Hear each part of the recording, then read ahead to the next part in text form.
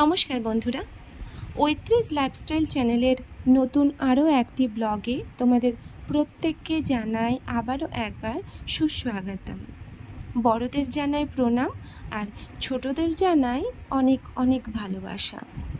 আশা করি তোমরা যে যেখানে আছো সুস্থ আছো আর ভালো আছো।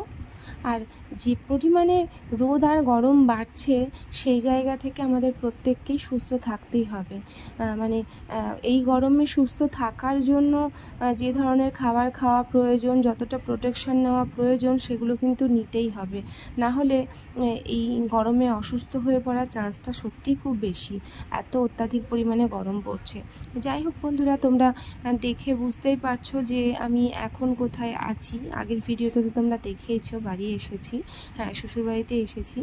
আর এসে এখানে যেমন কি বলো তো, সকালে আসি তো এসে এখানে ঘুম থেকে উঠতে একটু দেরি হয়। আর ওই চিন্তাটা থাকে না রাত্রে যে সকালে উঠতে হবে, রান্না করতে হবে, অফিসে বেরোবে, টিফিন বক্স রেডি করতে হবে, বাকি কাজ সারতে হবে, ওই সমস্ত চিন্তা ভাবনাগুলো থাকে না। ওই জন্য একটু দেরিতেই উঠি। আর রান্নাবান্না যেহেতু সমস্তটা শাশুড়ি মায়ে করে, ওই জন্য আমার আর রান্নার দিকে যাওয়ার প্রয়োজন পড়ে না। তো যাই হোক, এসেছি। আর এসে সকালবেলায় ঘুম থেকে উঠেই ব্রাশ টাশ করে চাটা খেলাম। চাটা খেয়ে একটু সবার সঙ্গে কথা টথা গল্প টল্প করে চলে গেছিলাম একদম স্নান করতে। গরমের সময় যতটা সকাল সকাল স্নান করে নেওয়া যায়, কেননা এরপরে ওই ট্যাঙ্কির জল যা গরম হয়ে যায়, তারপরে আর সেই জলে স্নান করা যায় না। হ্যাঁ, তো সেই জন্যই স্নানটা সেরে নিলাম। আর স্নান সেরে জামা কাপড়গুলো কেচেছিলাম, কেন কি পরে যে সমস্ত ট্রেনে বাসে এসেছি জামা কাপড়গুলো ছিল, এই গরমে জামা কাপড় যা পরছি এত ঘামে ভিজে যাচ্ছে, সেই জামা কাপড় দ্বিতীয়বার পরা যাচ্ছে না। আর এমনিতেও গরমের সময় ঘামে ভেজা জামা দ্বিতীয়বার পরলে যেন আরও বেশি গরম লাগে। তো ভাবলাম যে অন্যান্য কাজ যেহেতু নেই, তাই হাতে যখন সময় আছে তাহলে কাচাকুচির পাটটা একদম আজকের মতো কমপ্লিট করেই দিই, কারণ এই পরে থাকলে আবার পরের দিনে এগুলো জমবে, তখন আরও বেশি হয়ে যাবে। ওই জন্য স্নানের সঙ্গে কাচাকুচিটা করে একদম পুরো ভেজা জামা কাপড় নিয়ে চলে এসেছি বারান্দাতে। তোমরা নিজে জানো যে এই বারান্দাটা আমার খুব খুব পছন্দের একটা জায়গা, ভীষণই পছন্দের জায়গা। যাই হোক, তারপর ঠাকুর প্রণাম করলাম। আর ঠাকুর প্রণাম করে চলে এসেছি রান্নাঘরে। রান্না সকালে সমস্তটাই হয়ে গেছিলো, মা সবটাই করে ফেলেছিল রান্না, কিন্তু এই বড়াটা ভাজা হয়েছিল না বলতে এই বড়াটড়াগুলো একটু গরম খেতে বেশি ভালো লাগে। ওই জন্য মা ডাল বেটে সমস্ত কিছু রেডি করে রেখে দিয়েছিল, আমাকে বলেছিল খাওয়ার আগে তখন ভেজে নিতে। তো সেই জন্যই আমি চলে এসেছি রান্নাঘরে। আর রান্নাঘরে এসে এখন ডালের বড়া ভাজতে বসিয়ে দিয়েছি। গরম গরম ডালের বড়া এই গরমের সময় একটু আম দিয়ে টক ডাল, তার সঙ্গে বেশ বড়া ভাজা বা ডাঁটা সর্ষে দিয়ে ডাঁটার চচ্চড়ি, এগুলো খেতে সত্যি সত্যি ভীষণ ভালো লাগে। আর এই সমস্ত হালকা খাবারগুলো খেলে শরীরটাও সুস্থ থাকে। যাই হোক, এবার চলে এসেছি খাবার টেবিলে। বড়াটা ভাজা হয়ে গেছে আর তারপরে খাবার টেবিলে এসেছি। দেখতেই পাচ্ছ রান্না যেগুলো হয়েছে আজকে কিন্তু নিরামিষ। তো মা এঁচোড়ের ডালনা করেছিল, যেটা নিরামিষই ছিল। আর সঙ্গে ছিল ডাল, আর তার সঙ্গে বড়াটা ভাজলাম, তোমরা তো দেখলে। আর সেই সঙ্গে ছিল আমের চাটনি। আর নিরামিষের দিনে একটু বেশি পদই লাগে খাবার, ভাতটা খাওয়ার জন্য। মাছ টাছ থাকলে অন্যান্য দিন আমিষ টামিষ হলে সেদিনকে হয়তো একটা বা দুটো হলো, যাই হোক না কেন খাওয়া হয়ে যায়। কিন্তু নিরামিষে বেশ একটু শাক হবে, একটু ডাল হবে, একটু ভাজা হবে, একটা তরকারি হবে, চাটনি হবে।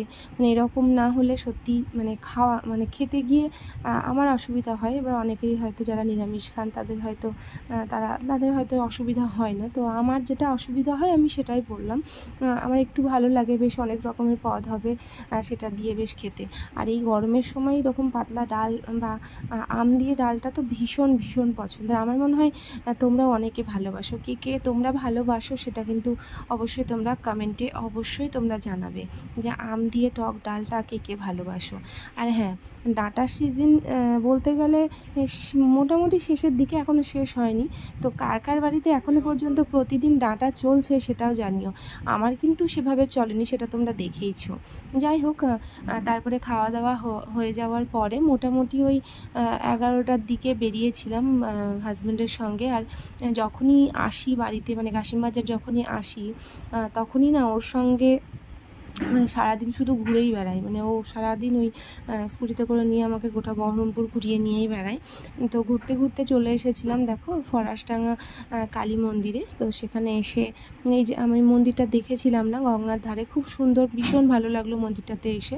তো সেখানে গিয়ে মাকে দর্শন করলাম, মাকে প্রণাম করলাম। পাশে একদম পাশেই বাবার মন্দিরও ছিল, তো সেখানেও প্রণাম করলাম। আর তারপরে বেরিয়ে পড়েছিলাম দুজন মিলে আবার। তো চলে গেছিলাম, কয়েকটা জিনিস কেনাকাটার ছিল, তো সেগুলো কেনাকাটা করার জন্যই চলে গেছিলাম কাদাই বাজারের দিকেই গেছিলাম। আর এত রোদে গরমে ঠান্ডা কিছু দেখলেই তো খেতে ইচ্ছে করছে। তো আমের যে শরবতটা বিক্রি হয় কাদায়ে, খুব ফেমাস, মানে ভীষণ ভালো লাগে যখনই যাই গরমের সময় এটা কিন্তু খাই। তো দুজন মিলে খেলাম। আমার তো গলার সমস্যার জন্য সঙ্গে সঙ্গে খেতে পারিনি, আমি ওটা হাতে নিয়েই কিন্তু ঘুরছিলাম। তো যখন ঠান্ডাটা একদম নর্মালি হয়ে গেছে তখনই খেয়েছি।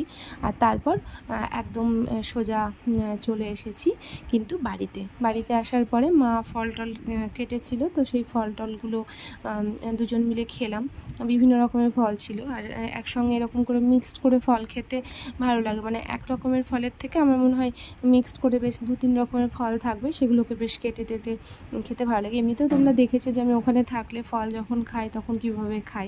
যাই হোক, বিকেলে ফল টল খেলাম। ফল টল খাওয়ার পরে সন্ধে হতেই কেক নিয়ে বসে পড়েছি। তো আমি যখনই আসি, মানে আসবো বাবা জানে, তখনই বাবা আমার জন্য কেক, তারপরে ভাটির বিস্কুট বিভিন্ন রকমের সেগুলো নিয়ে এসে রাখে। মানে এগুলো আমি খেতে পছন্দ করি। কেকটা সত্যিই খুব ভালো ছিল। তো 1 কাপ লিকার চায়ের সঙ্গে একদম পুরো কেক নিয়ে আমি বসে গেছিলাম। আর তারপরে সন্ধ্যার পরে আবার বেরিয়ে পড়েছি। বললাম না তোমাদেরকে, শুধু ঘুরেই বেড়াই। তো যাই হোক, রাত্রে ঘুরে টুরে বাড়ি ফিরলাম। তো কেমন লাগলো ব্লগটা তোমরা জানিও। তোমাদের সঙ্গে আবারও আমার দেখা হবে পরের ব্লগে।